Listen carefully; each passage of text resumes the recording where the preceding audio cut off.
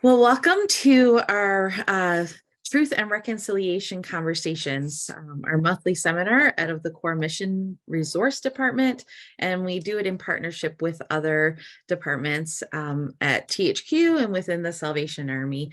And so we're really thankful that we're able to do today's webinar with our guest, Adrian, but also in partnership with the Ethics Center. So I've invited Amy to share in our land acknowledgement as we begin this morning. Good morning, everyone, or good afternoon, depending on where you are.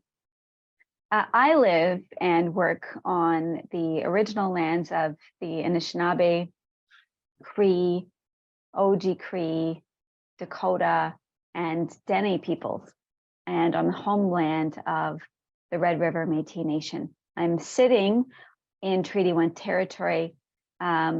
The water I drink, though, it comes from Shoal Lake 40 First Nation on Treaty 3 territory. And the electricity that I'm using right now is coming from Treaty 5 territory. Through the ages, the First Nations took care of these lands, and I'm learning that their relationship with the land was central to their life, their community. This relationship was suppressed by people who often used the Christian faith as a reason for colonization. As a non-Indigenous person, I grieve the legacy of generational suffering that began with my ancestors, a legacy that continues today through the social systems and structures in which I'm complicit. So together, my prayer is that we do the work of reconciliation through contrition, in activities that restore, and celebrating Indigenous cultures and wisdom, learning from Indigenous people like Adrian, and in walking gently together on this land.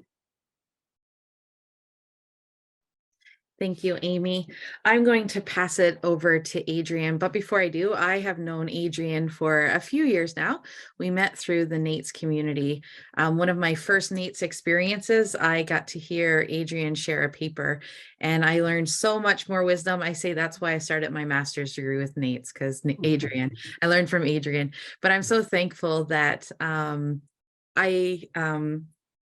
that Adrian was so willing to be a part of our conversations today, and just invite you to learn from his wisdom as well. Thank you, Adrian. Thank you, Amy and Crystal. I'm happy to be with you and to be able to share with you an Earth Day message.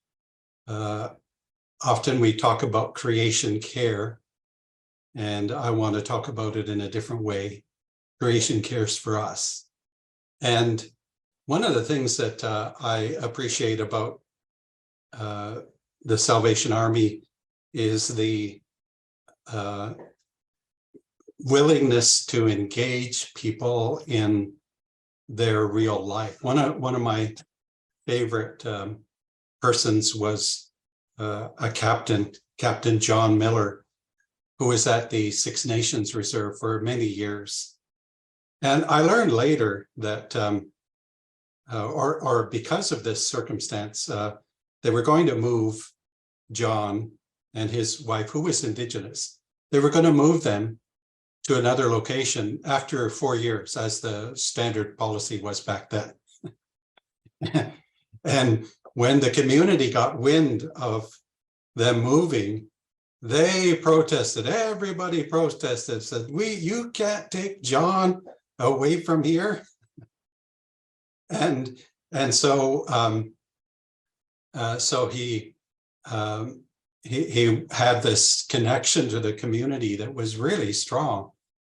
He was available at every emergency, bringing coffee, being a part of every call in the middle of the night to a house fire or car accident or whatever. He was engaged directly right in the community, and everybody saw it and felt it. Even the chief of the reserve wrote a letter in support of him saying, you can't take him away from us.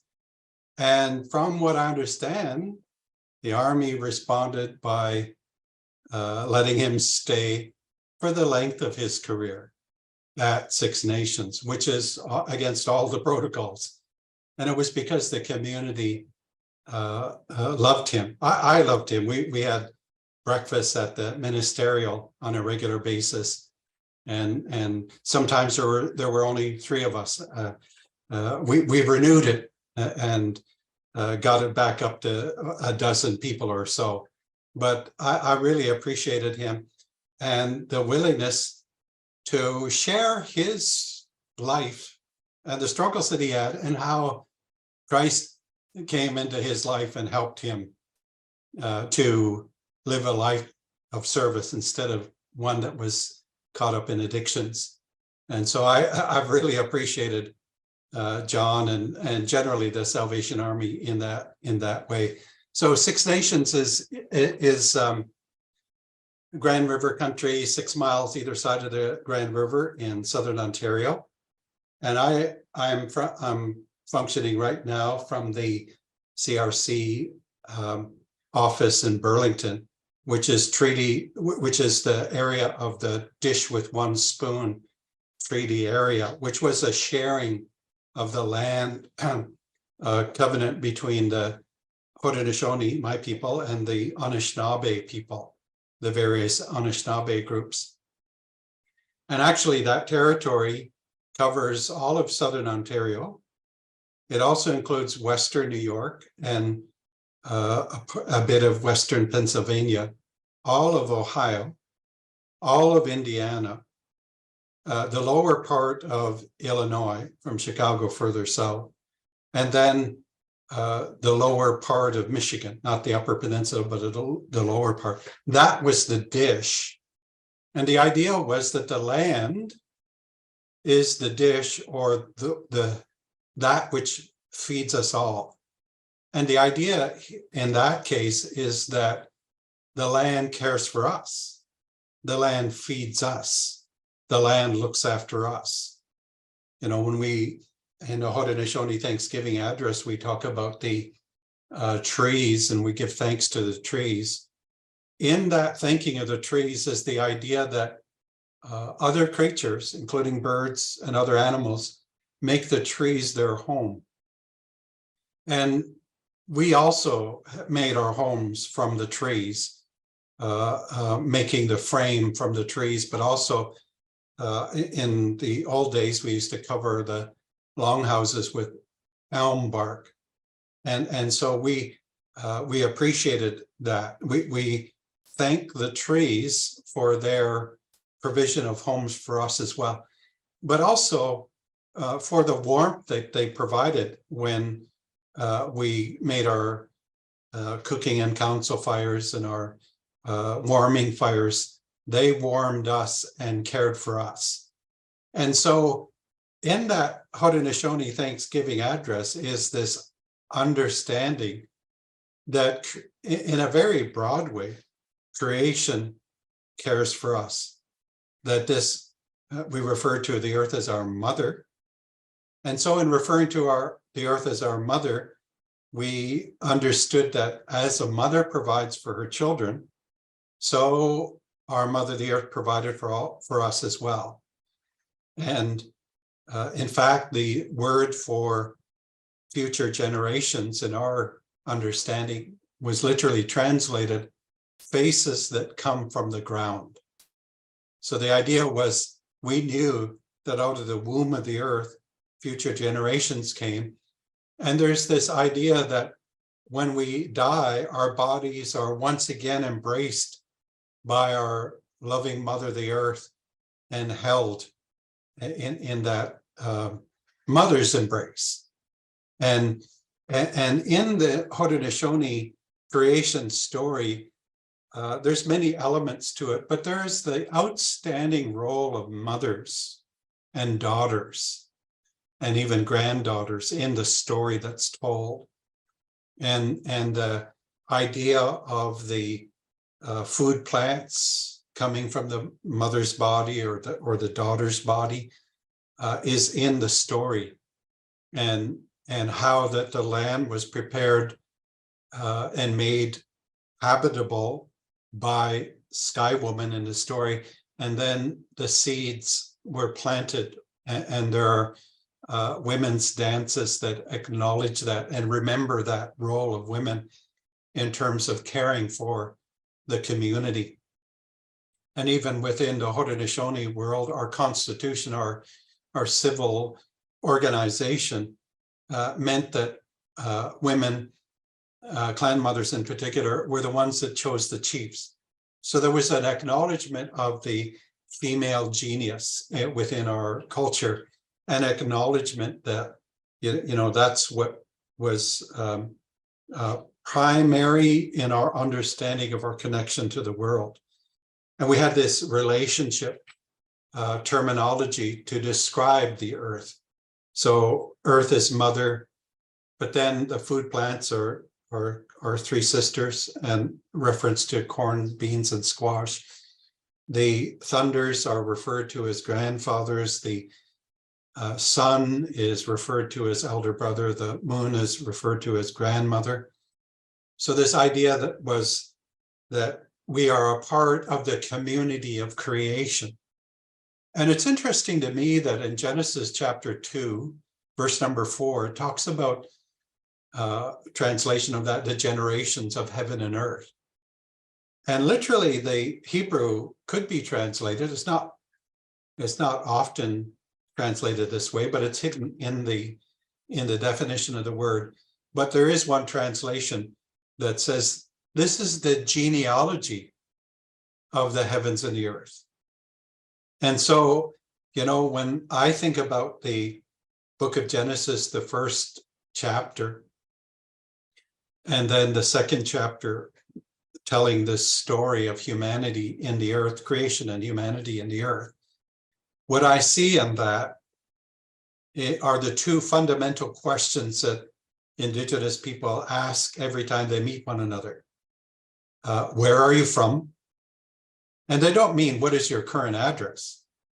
They mean, what land are you from? What is the land that calls you? What is the place that is homeland, that's connected to your body? As Adam, the first human, non-gendered, the first human, body made of the dust of the ground and breathed into by the spirit of life. What is that land that has birthed your being? So that's the first question. The second question is, who are you related to, or who are your relatives? And so when I look at the book of Genesis, I see that the genealogy begins with Elohim. And right away, there's mystery associated with Elohim, because Elohim is plural. And there's this other conflicting idea of the unity of God, you know, the plural or the singular construction of verbs, etc., in reference to this pluralness. But to me, as an Indigenous person, we're comfortable with mystery. We're not trying to figure out everything to the nth degree, trying to figure out what is the difference between that and this and that. It's like, it just talks that way. There's a plurality, you know, that's indicated there. So the oldest elder is God, is this plural, this God with plural reality. And so there's mystery associated with that. The second elder is darkness. So another mystery. And again, we're not, you know, Indigenous people, generally speaking, we're not afraid of the dark. It's just the unknown, like it's natural part of light and darkness. We have many stories about the sun, you know, being there, available during the day, and the moon at night. And there's light that comes in either case. So that begins with mystery, but then it talks about all of the other of our relatives, of our teachers, of the ones who helped us to understand life. You know, the earth and the water and day and the night, and the various animals, the fish, the birds, the other animals that move about on the earth. And then it comes to human beings. And what I learned from the Anishinaabe creation story was that humans were the last to be made and put into the earth, and they were the weakest, the most, the ones that were least wise and least strong. They were there in this earth. And then they needed all of the teachers, from the oldest elder in mystery and light and darkness and day and night and earth and water and animals and birds, to teach them how to live a good life in the world. And so then there is this first marriage relationship established, etc. So this idea is that we are a part of the community of creation, and that we all help one another, especially humans needing help. You know, a horse, after it's born, within just a few minutes can up and run. A baby's born, it just lays there for a year and a half before it starts, walking around, and it's certainly not running till that time. It's just laying there, and we have to look after the child. In fact, children have to be born prematurely because the head can't be fully developed. It wouldn't make it through the birth canal, so it be born prematurely and have to be looked after while it continues to fill out its fulsome size. So the idea here is that humans, are the should be humble, dependent ones to work together with this resplendent, magnificent God to be involved with the whole idea of care of the earth. But what you need to see is that it's the earth, the creator, the waters, the land, the people, and when I say people, our Haudenosaunee way is to refer to the animals as the animal people, the fish folk, the bird beings. We're talking about people that have relationship. We talk about families in all of those areas, plant families, etc. So the idea is that there's this community of creation that looks after one another. And it's only the humans that wake up eventually to that reality. Some never do. Some people die, and they die as as unknowledgeable as they were when they came into the world. Unfortunately, that's that reality.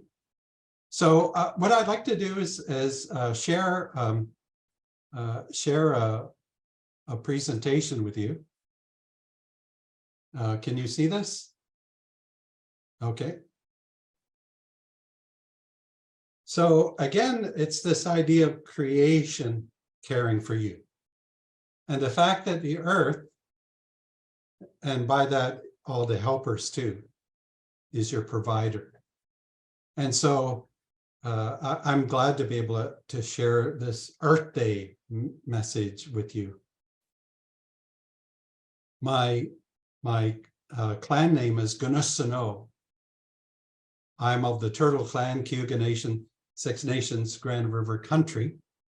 And I like this picture of a snapping turtle that has come out of hibernation. He dug down to get down where the frost wouldn't kill him over the winter time, and managed to emerge. And it was no wonder that our people utilized this image of the earth being like a turtle, or the term Turtle Island, because of this kind of understanding that the earth is a slow moving object. It moves there's earthquakes every now and again, there's different movement, but it's not going very fast. It's centuries to move very little at a time. When I lived in Manitoba, I learned that Manitoba is still springing back up from the ice that was the ice glacier that was over Manitoba, and the earth is still springing up from that area, something like a centimeter a year or something like that. And that ice was there 17,000 years ago and started to melt and probably left the area completely, 10,000 years ago. So the earth is slowly, rising back up. And so that's the nature of, and my uncle said, who's a traditional chief, said this idea of Mother Earth is a metaphor. It's a way of understanding some reality in terms that make sense to us.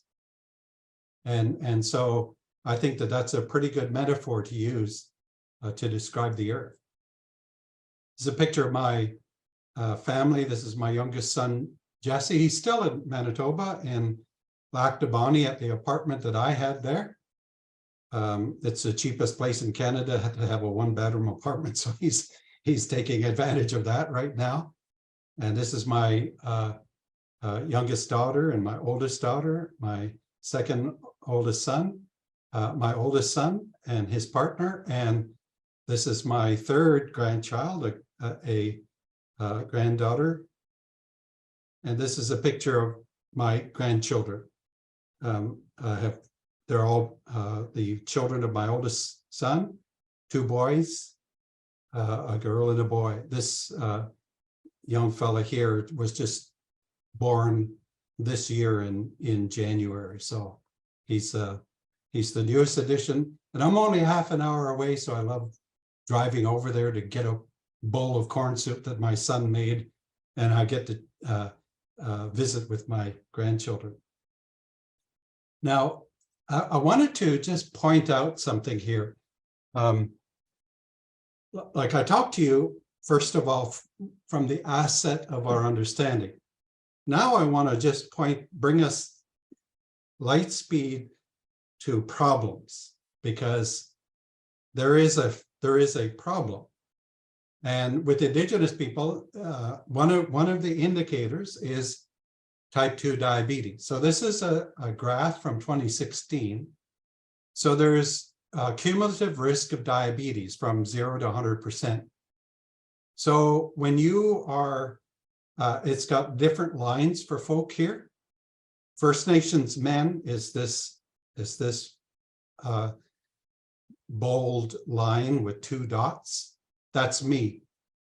So I'm right about here, middle of the 60s. And at my age, 45% of us have type 2 diabetes. That's the reality.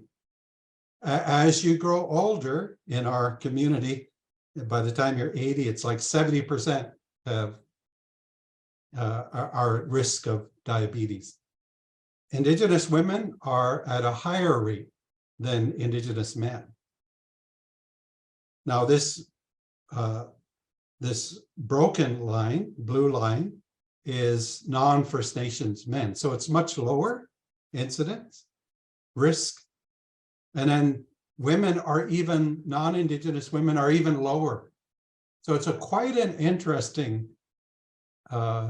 situation that that this reality is with us, and this is indexed by 40 years, so it's similar, and it climbs faster.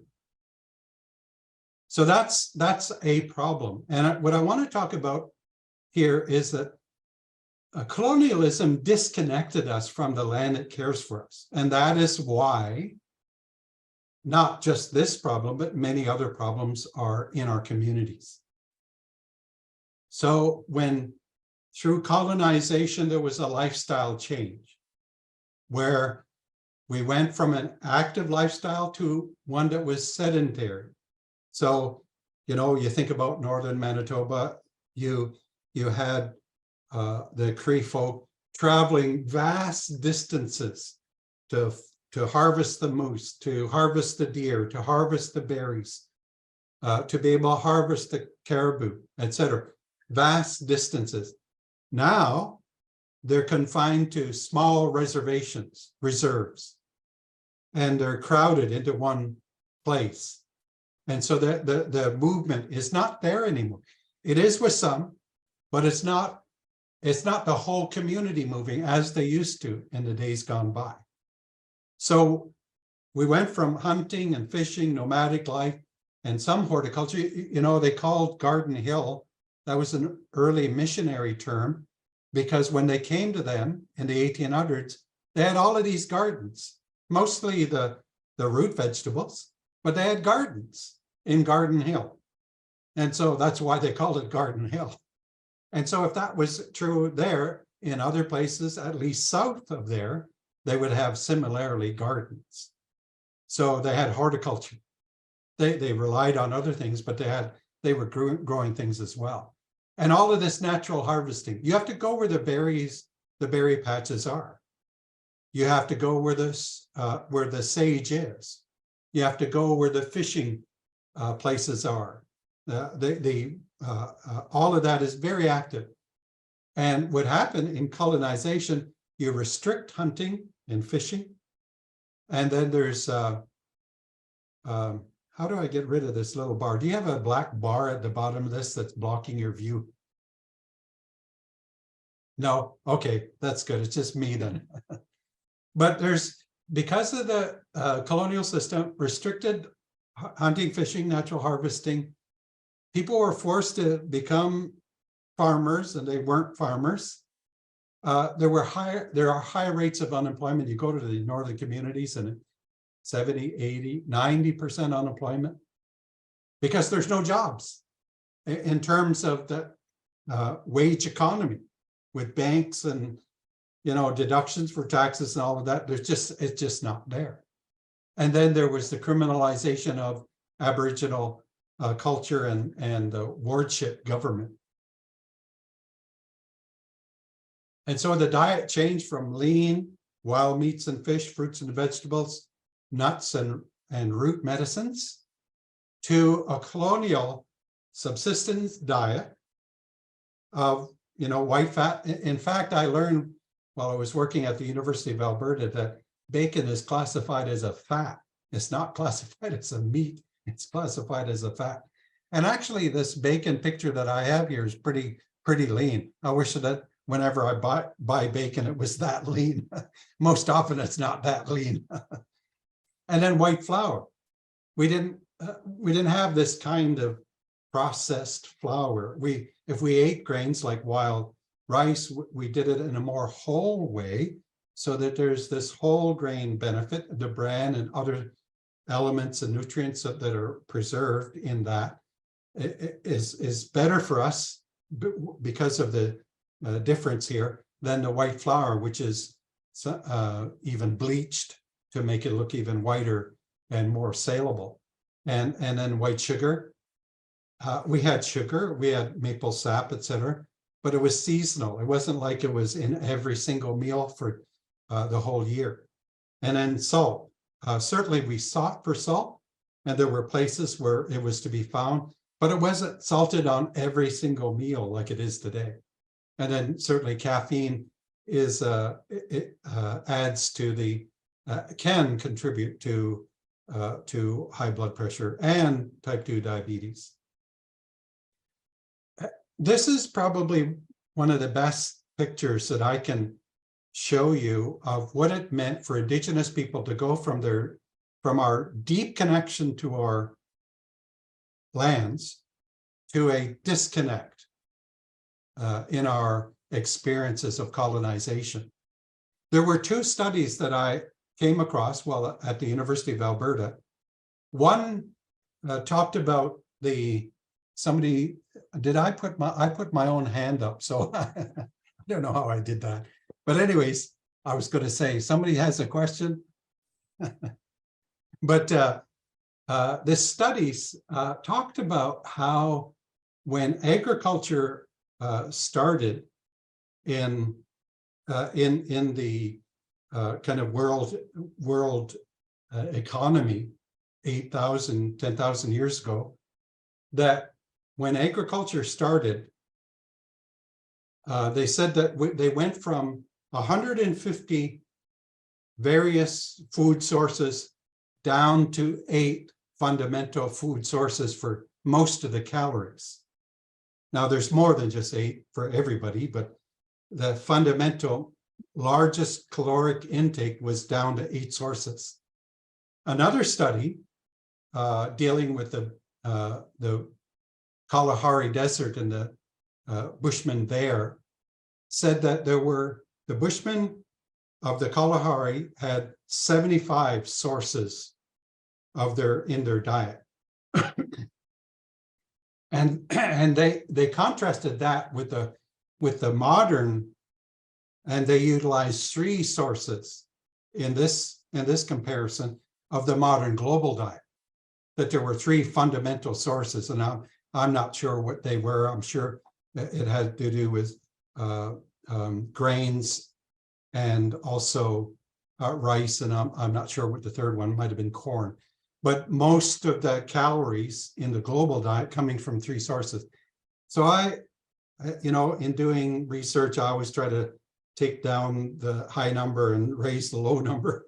So in this picture, it's not quite 75, but there's about 65 arrows here that go into that left side figure.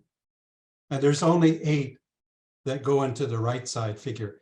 And what the person in studying the start of agriculture said, when people move from this multifaceted connection to their environment to agriculture, people's lives became shorter. So they died younger, and they became physically in stature shorter. They could measure the heights and realize that their stature went shorter. Why? Because this multifaceted connection was reduced. And so there were more vulnerabilities. People got sicker and died sooner. And so that was the reality. And,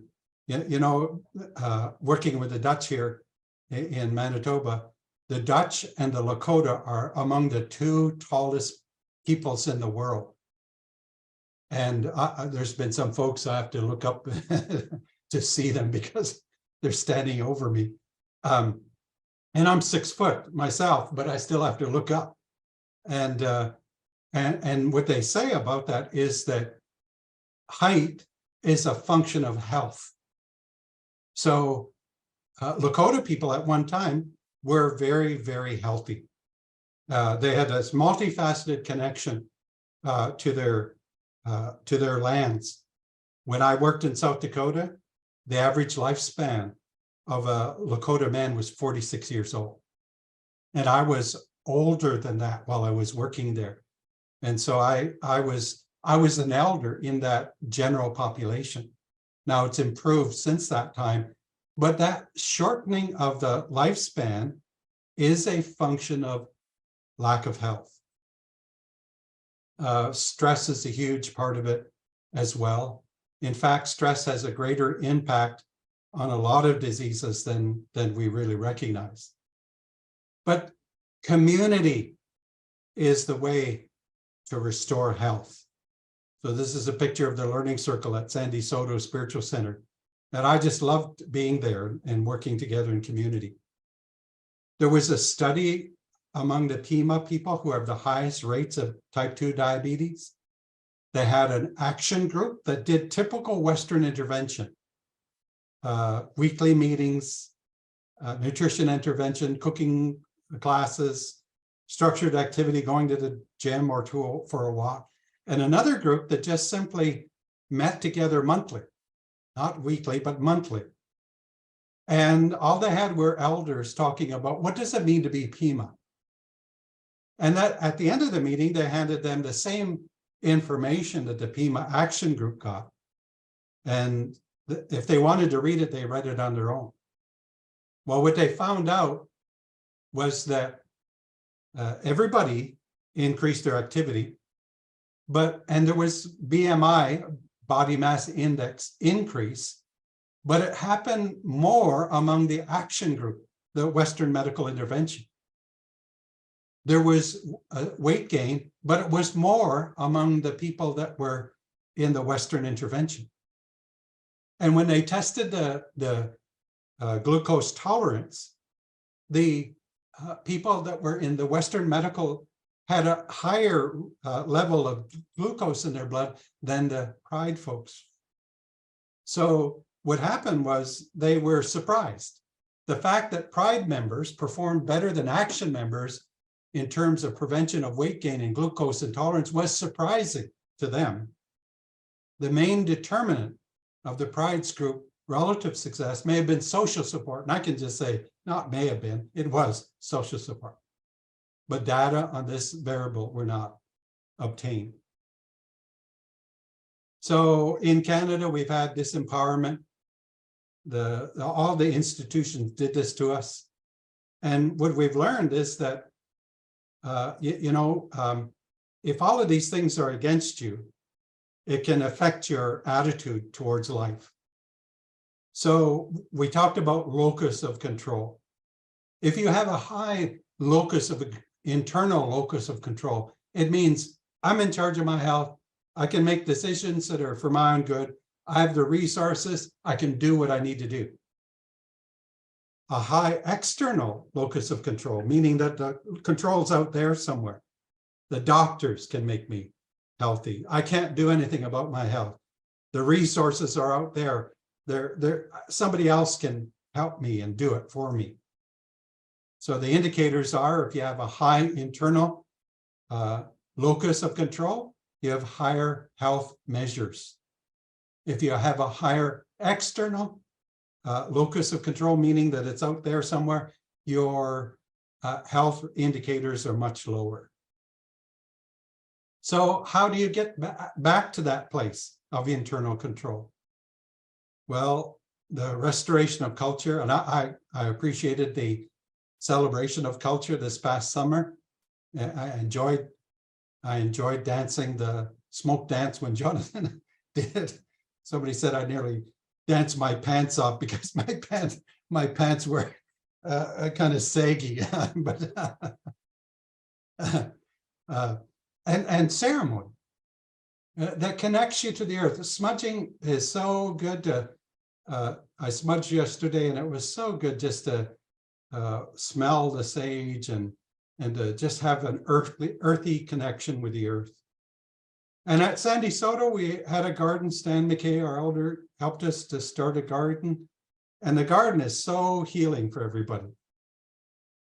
We found this, we grew this Getty Okosamin squash, which somebody says, what does Getty Okosamin mean? It just means really cool squash. And I learned something about squash too. A Mennonite farmer told me from CMU that squash are promiscuous, that they have to pollinate them very carefully. They have to watch just before the female flower opens up, they have to make sure that it's, they know which dates it's going to open it up and clip it. And then when it opens up, then they have to carefully take the male part and pollinate that female flower. He says because squash will they're promiscuous, they'll mate with any old zucchini. and so I tell this story to everybody that came to Sandy Soto, and the high school students love the story the best. They roar laughing. But the idea here is that, the Miami people, I believe, have kept this squash very carefully nurtured for hundreds and hundreds of years. Very rare kind of thing. And so we put this event together where we had do-it-yourself cooking skills. Here they're smoking some beef and cooking some other kinds of foods, harvesting wild rice. They did other on-the-land learning activities together, heard traditional teachings. And we found it was so healing that people said, oh, we feel so good after this. We turned it into a weekly event. It's going to happen, I think, in August again this year. And it was so good that we used it with an intervention with parents who were in danger of losing their children to CFS apprehension. And it helped parents deal with their the stumbling blocks in their life. They healed in their relations. They had some got their spirit name and colors in ceremony at a sweat lodge, and they were on the land together. And some even experienced deliverance, at least for a number of months, from their addictions problem. We didn't intend for them to do that. We didn't provide any kind of special counseling there, but the land healed them nevertheless. So with our people, and what time do we have here, Crystal? I can't see my computer time. Sorry, I couldn't unmute. I couldn't find the button.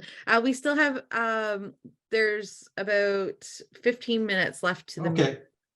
Yeah, I just want to end this by saying our people, like I said in the Haudenosaunee Thanksgiving, ideas, that we also have a liturgical calendar. It's an agricultural calendar, very similar to the Jewish liturgical calendar. So we have midwinter ceremonies. The Pleiades they have to be in a certain position in the sky for us to start this, usually in January, late January, early February. It goes for a week or so. And then when the maple sap flows, we have another festival of Thanksgiving. We have a seed thanking ceremony about this time of year. We held a couple of them at San De Soto. And in June, the harvest of strawberries and Thanksgiving happens there. Raspberry in July. Green bean, that is late July, early August. Green corn, that is early August. And then finally a harvest Thanksgiving that again is several days long in October.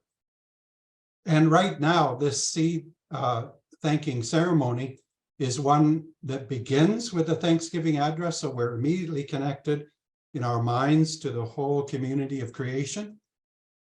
And then a speaker announces the ceremonies that have already been completed in the cycle, the yearly cycle, and bringing everybody up to date to now this thanking of the seeds. People gather in a circle in the longhouse. Women sing seed songs, and when they sing songs, the men dance. And then the men sing personal chant songs, and often everybody dance. And when each song and dance is finished, the speaker thanks the person who did this, who sang the song, the group that sang the song, and the one who led the dance. And then they have, because it's seed thanking, they have the young woman's dance. Then they play a sacred gambling game, peach bowl game. And in it, the men compete against the women as to who's going to prepare the garden and who's going to plant the seeds. So they divide it up that way. And then they announce who the winner is. It's a fun game. I did it once at San De Soto. Everybody was yelling and screaming, etc. It was fun. And then the people are fed. There's a great feather dance, which is kind of like the doxology, if there was one among our people. And then a final songs and Thanksgiving address. So it starts with Thanksgiving, ends with Thanksgiving. So I just wanted to show you one dance here. Now, I hope that this might not queue up properly. I'm going to stop sharing. Let me see. Stop sharing. And then I'm going to queue up this song. I'm sorry, I didn't. I think if you stop sharing and start again and click the video. Now can you see it? Yes. Okay, good. Hopefully you can hear it as well. By a flock of birds. And these birds placed her on the back of a great turtle. Once she was placed there, she did a dance in a counterclockwise circle. Every time she made a complete circle, the world grew a little bit more. They grew into the great turtle island we call North America. We believe when our ladies do this dance, they're really blessing it. Our mother the earth. This is the women's dance.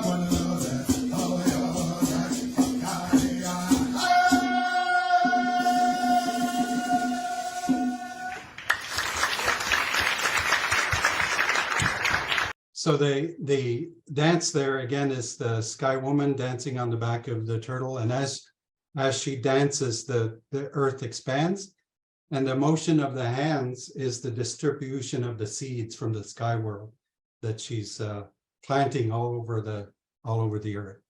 So that's my story about the earth caring for us in terms of what kind of posture do we have.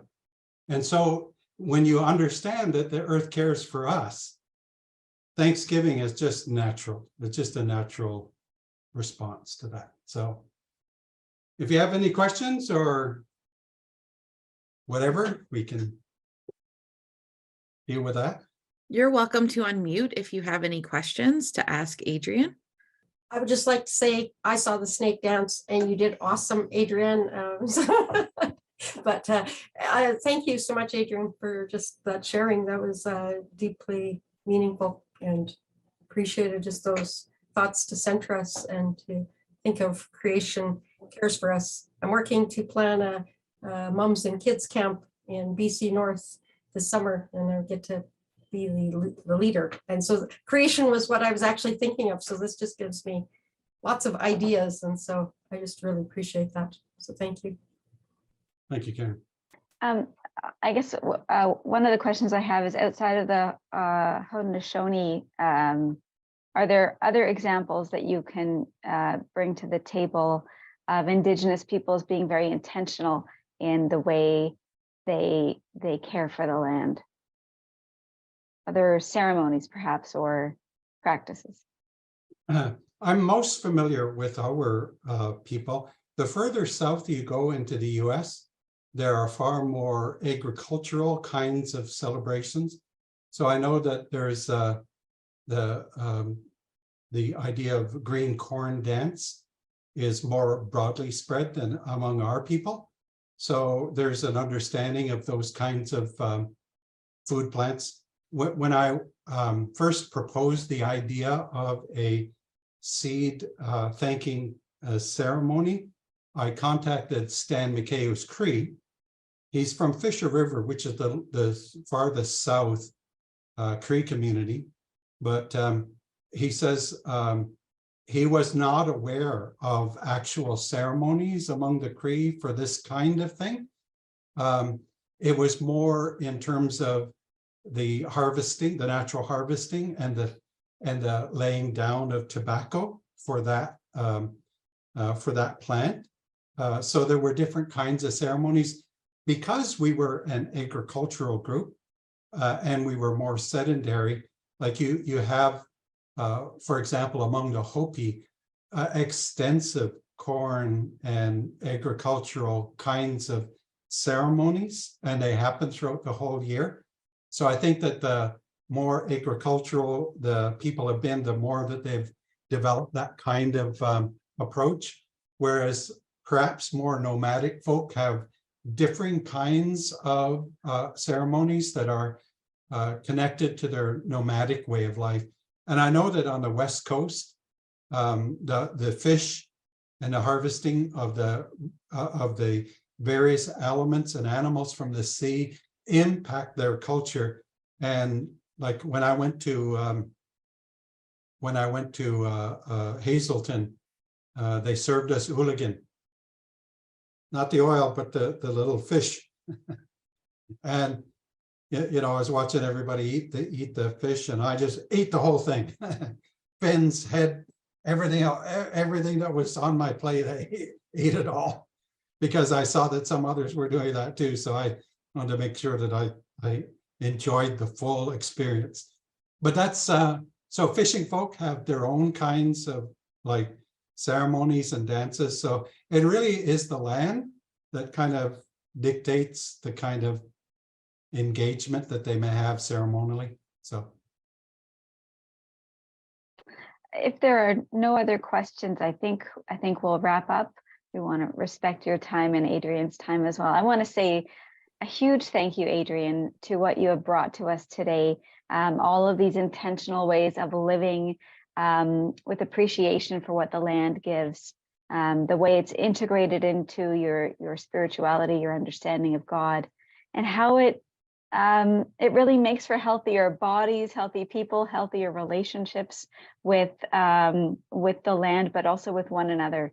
So all of these things are credit to you, but learning for us. So thank you very much. We've learned a lot and look forward to times when we can reconnect in the future. yeah, I appreciate that. When our people heard about the sacrifice of Christ giving his life for his friends, we knew all about it. The creation already taught us that. And so that's why a lot of Indigenous people just fully embraced those initial messages of Christ. Sometimes when the church showed up in bigger numbers, it was not so good. but the message of Jesus was pretty good for us. So thank you for everybody's attention here. I appreciate it.